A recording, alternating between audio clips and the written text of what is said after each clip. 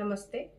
फैसला आप पर आप सबका एक बार फिर से स्वागत है। उम्मीद है आप सब अच्छे होंगे। जैसा कि आप सब जानते हैं, चुनाव खत्म हो चुके हैं और चुनाव के नतीजे भी आ चुके हैं और मोदी जी तीसरी बार देश के पीएम बन चुके हैं। पर इन चुनावों में जो चुनाव के नतीजे आए वो बहुत ही सरप्राइज करने वाले थे। इसी सरकार ने इतने सारे डेवलपमेंट के काम किए, इतनी सारी योजनाओं को एक्सिक्यूट किया, उसके बावजूद भी अगर उसको इस तरीके की सीट्स आती हैं इतनी कम, तो वो वाकई ही चौंकाने वाली है कि फिर आखिर जनता को चाहिए क्या। अब देख लीजिए, यहाँ पूरा का पूरा दोष जनता को ही मढ़ देना मुझे नहीं लगता कि कहीं सही है, क्योंकि हर जगह मैं देख रही हूँ सोशल मीडिया पे कि जनता पे ही डाली जा रही है बातें। जनता भी जिम्मेदार है, पर पूरी तरीके से जनता जिम्मेदार नहीं है। मुझे लगता है जो पॉइंट्स हैं अगर उन पे ध्यान दिया जाए तो वो उजागर करते हैं कि बीजेपी को इतनी कम सीट्स क्यों आई और क्या वजहें थी। तो मैं क्रमानुसार आपके सामने वो सारे पॉइंट्स रखती हूँ, फिर आप उनको समझिए और उनको जानने की कोशिश कीजिए। और अगर आपको भी लगता है कि कुछ और पॉइंट्स आपके दिमाग में भी है कि ये वजह हो सकती है जो आपके एरिया में आप लोगों ने सुना हो, महसूस किया हो, तो आप प्लीज वो मेरे चैनल के साथ शेयर कीजिए। अब चलिए मैं आपको बताती हूँ कि वो पॉइंट्स क्या हैं जिसकी वजह से मुझे लगता है कि चुनाव के ऐसे नतीजे आए। पहला तो मुझे लगता है कि कार्यकर्ताओं का और बीजेपी के समर्थकों का ओवर कॉन्फिडेंस। इन्हें ऐसा लग रहा था जैसे कि बीजेपी तो जीतेगी ही, इनको कोई कॉम्पिटिटर दिख ही नहीं रहा था। पर पुराने लोग हमेशा कह के गए हैं ये बात, और उन्होंने बिल्कुल सही कहा है कि दुश्मन को यानी विपक्ष को कभी भी कमजोर नहीं समझना चाहिए। आपको अपने तरीके से प्रयास करते रहना चाहिए। सामने वाला क्या कर रहा है, नहीं कर रहा है, आपको उसे मैटर ही नहीं करना चाहिए। आपको कभी नहीं सोचना चाहिए कि हम ही जीतेंगे, क्योंकि जब ये बात आ जाती है तो फिर आप अपना बेस्ट देना छोड़ देते हो। अब ऐसा ही हुआ था कछुए और खरगोश की कहानी में। हालांकि उसमें कछुआ जीत गया था, इसमें ऐसा कुछ नहीं हुआ है, बट मैं एग्जाम्पल दे रही हूँ कि खरगोश के अंदर ओवर कॉन्फिडेंस आ गया था। तो ये नहीं होना चाहिए। इस बार ये हुआ है, अगर जो मैं पॉइंट्स आगे बताने वाली हूँ उन सब पे ध्यान नहीं दिया गया और उनमें सुधार नहीं किए गए, तो मुझे लगता है कि अगली बार शायद ऐसे नतीजे ना आ पाए। और जो मेरे लिए चिंता का विषय है, क्योंकि मैं नहीं चाहती कि एक ऐसी सरकार जो कितना ज्यादा बढ़िया काम करती है वो सत्ता से बाहर हो। अब नेक्स्ट पॉइंट ये है कि मुझे लगता है कि विरोधी पार्टी से आए हुए जितने भी उम्मीदवार थे उनको आपने अपनी पार्टी में शामिल कर लिया। तो क्या ये उनकी क्वालिफिकेशन थी आपकी पार्टी में शामिल होने की, कि जो भी अपोजिशन से आएगा आप उसको अपनी पार्टी में शामिल कर लोगे बिना किसी जांच पड़ताल के, बिना लोकल एरिया में उनकी जो साख है उसको जाने बिना? तो मुझे नहीं लगता कि ये कहीं से भी एक सही डिसीजन था, ये एक वाइज डिसीजन था। मैं ये नहीं कहती कि शामिल नहीं करना चाहिए था, बट उनमें से भी कुछ लोगों को सिलेक्ट करना चाहिए था। ये नहीं कि आपने सबको ही सिलेक्ट कर लिया।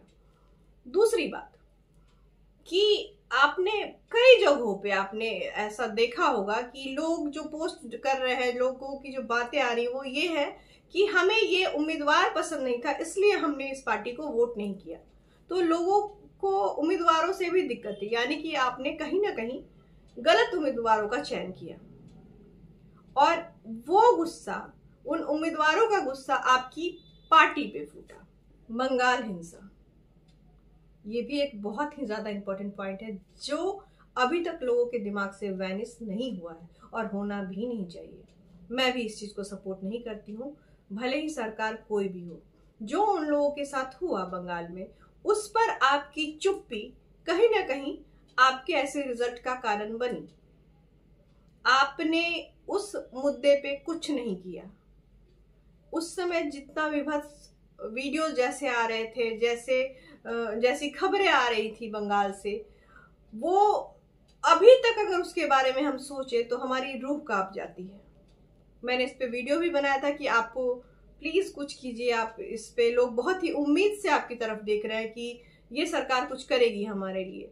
तो जो लोग आपके लिए काम करते हैं, मुझे लगता है कि आपको उनके लिए भी काम करना चाहिए। जो लोग आपके लिए लॉयल हैं, आपको उनके लिए खड़े रहना होगा, क्योंकि आप उनके साथ खड़े नहीं रहेंगे तो वो क्यों रहेंगे आपके साथ खड़े। It's a give and take kind of relation. और जब जान पे बन आती है ना, तो लोग पहले अपनी जान ही बचाते हैं। मुझे लगता है कि कहीं ना कहीं मिडिल क्लास की अनदेखी भी नाराजगी का एक कारण है, और ऐसे रिजल्ट के पीछे है, वो इसको इन्फ्लुएंस करता है ऑब्वियसली, क्योंकि मिडिल क्लास को ये दिखता है कि अपर क्लास को तो कोई दिक्कत है ही नहीं, उनके पास तो ऑलरेडी ज्यादा पैसे हैं, उनके ऊपर कोई इफेक्ट ही नहीं पड़ता किसी भी तरह के सिचुएशंस का, चाहे वो कोरोना हो गई, चाहे वो किसी भी तरह की महंगाई हो गई, कुछ भी हो, उनके ऊपर तो असर पड़ता नहीं। अब बचे लोअर क्लास, तो जो गरीब लोग हैं उनके लिए भी आप कर रहे हैं, आप उनको फ्री में अनाज दे रहे हैं, कोरोना के टाइम से ही दे रहे हैं अनाज, आप उनकी बहुत तरीके की हेल्प कर रहे हैं, उनके खातों में पैसे जा रहे हैं, उनको गैस सिलेंडर दिया जा रहा है, तो और उनके टॉयलेट बनाया जा रहा है, मतलब बहुत कुछ किया जा रहा है। इस हालत में लगता है ना कि मिडिल क्लास को कई बार ऐसा लगता है कि क्या हम सिर्फ टैक्स देने के लिए बने हैं, क्योंकि मिडिल क्लास एक ऐसी क्लास है जो अपनी जद्दोजहद में ही बीत जाती है, उसको इसका खामियाजा भुगतना पड़ता है कि वो ना इधर की रह पाती है ना उधर की रह पाती है, वो जूझते हुए अपनी लाइफ बिता देती है, और उसके लिए सरकार हमेशा अनदेखी करती है, जो कि बहुत ही ज्यादा चिंता का विषय है।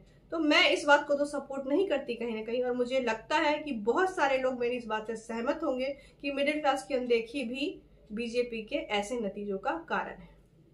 अब आते हैं जी आपके सबसे महत्वपूर्ण आईटी सेल वालों पे।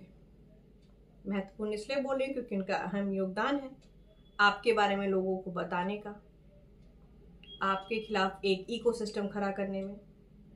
पर आई एम सॉरी टू से आपका आईटी सेल बहुत ही वाहियात है। ये बात कितनी बार हमने नोटिस किया, कितनी बार सोशल मीडिया पे न जाने कितने बड़े बड़े यूट्यूबर्स ने ये बातें बोली है, कितने बड़े लोगों ने ये बातें कही हैं, कितने बड़े ट्विटर हैंडल से ये बातें कही गई हैं कि प्लीज आप अपने आईटी सेल के साथ कुछ कीजिए। इनके अंदर क्रिएटिविटी नाम की तो कोई चीज ही नहीं है। ये क्या करते हैं मेरी ये नहीं समझ में आता है, कैसे लोगों को रखा जाता है आपकी आईटी सेल में जो सिर्फ रिट्वीट करते हैं। सिर्फ रिट्वीट करना इनका काम है और में फॉरवर्ड करना इनका काम है। तो ये तो कोई भी कर सकता है, फिर इसके लिए आईटी सेल की क्या जरूरत है? इसके लिए तो आप घर बैठे लोगों को पैसे दे दीजिए कि भाई आपको इतने रिट्वीट करने एक दिन में और इतने में फॉरवर्ड करने, ये तो सब कर रहे हैं। तो इसके लिए आईटी सेल एक प्रॉपर सिस्टम की क्या जरूरत है? आपकी आईटी सेल वाले कुछ नहीं करते हैं, उनका काम लोगों को दिखता ही नहीं है, और उनके निकम्मेपन की वजह से चुनाव में ऐसे नतीजे कहीं ना कहीं इन्फ्लुएंस हुए हैं, भोगने पड़े हैं लिटरली। कि अगर आपकी आईटी सेल मजबूत रहती, उसमें क्रिएटिव लोग होते, तो ऐसा कुछ नहीं होता, वो सही टाइम पे सही लोगों को अवेयर करती। दूसरे पक्ष ने, विपक्ष ने एक प्रॉपर इकोसिस्टम खड़ा कर रखा है आपके हर डिसीजन पे, हर वक्तव्य पे रिप्लाई करने का, पर आपके पास ऐसा कुछ नहीं है। वो बस मेमे बनाते रहते हैं। तो और मेमे भी वैसे नहीं थे, वो भी किसी के बनाए हुए कई बार फॉरवर्डेड ही होते हैं। तो ये अजीब सी बात है। और जो लोग आपके लिए निस्वार्थ भाव से काम करते हैं, आईटी सेल वाले उन्हें भी प्रमोट नहीं करते। ये इतने ज्यादा इनसिक्योर है, मुझे ये समझ में नहीं आता कि अगर आप क्रिएटिव नहीं हो, कोई और क्रिएटिव है, तो उसी को पॉपुलर कर दो, उसके कंटेंट को लेके ही फॉरवर्ड कर दो। बट ऐसे किसी का कंटेंट वो फॉरवर्ड नहीं करते। ऐसे का काम तो दिन भर यही रहता है, फॉरवर्ड करना, बट ये चीजें फॉरवर्ड नहीं करते वो, पता नहीं क्यों। बीजेपी के राष्ट्रीय अध्यक्ष जेपी नड्डा ने आरएसएस को दरकिनार कर दिया इस चुनाव से। अब बताइए, जो आपके लिए काम करते हैं, मैंने अभी पहले वाले ही पॉइंट में इसके जस्ट पहले बोला है कि जो आपके लिए काम करते हैं, जो आपके लिए निस्वार्थ भाव से लगे हुए हैं, आप उनको ही दरकिनार कर दोगे, उनको ही नेग्लेक्ट करोगे, तो फिर कैसे चलेगा? तो आपने वही किया। इससे पहले आरएसएस ने कितना काम किया है बीजेपी के लिए, उनके सपोर्ट में, उनके चुनाव प्रचार के समय पे भी। लेकिन इस समय जब आप सामने वाले को कह रहे हो कि हमें तो इसकी कोई जरूरत ही नहीं है, तो फिर कोई क्यों आएगा आपकी मदद करने के लिए? तो इसका खामियाजा भी आपको कहीं ना कहीं भुगतना पड़ा है। तो मुझे नहीं लगता है कि इतना सारा कुछ ज्यादा सोचने की जरूरत है। इसके अलावा भी कुछ और पॉइंट्स हैं, बट मुझे लगता है ये मेन रीजन है जिसपे आपको ध्यान देना चाहिए और अभी से ही वर्क करना चाहिए, ताकि इन फ्यूचर आपको दिक्कत ना हो। आपको एक प्रॉपर इकोसिस्टम बनाना होगा, एक बढ़िया आईटी सेल खड़ी करनी पड़ेगी जो आपके विपक्षियों को उनके वीडियोस पे, उनके ट्वीट्स पे, उनके जो वक्तव्य हैं, उनके जो ओपिनियन है उस पे उसी के अकॉर्डिंग प्रहार कर सके। जैसे वो बोलते हैं वैसे उनके पक्ष, आपके पक्ष से भी लोग खड़े होके बोले, तभी कुछ हो सकता है। अदरवाइज सिर्फ रिट्वीट वगैरह करने से कुछ नहीं होगा। तो चलिए, ये तो था मेरा ओपिनियन। आपके दिमाग में भी ऐसी कई सारी बातें होंगी जिसकी वजह से आपको लग रहा है कि बीजेपी में चुनाव के ऐसे नतीजे आए। तो अगर आपके मन में भी ऐसी कुछ बातें हैं तो प्लीज़ आप मेरे चैनल पे आके नीचे कमेंट बॉक्स में शेयर कीजिए। और अगर आप मेरी इस वीडियो में कही गई बातों से सहमत हैं तो प्लीज़ मेरे वीडियो को लाइक कीजिए, इसे ज़्यादा से ज़्यादा शेयर कीजिए और मेरे चैनल को सब्सक्राइब कीजिए। तब तक के लिए अपना और अपने अपनों का ज़्यादा से ज़्यादा ख्याल रखिए। जय हिंद, वंदे मातरम, जय श्री राम।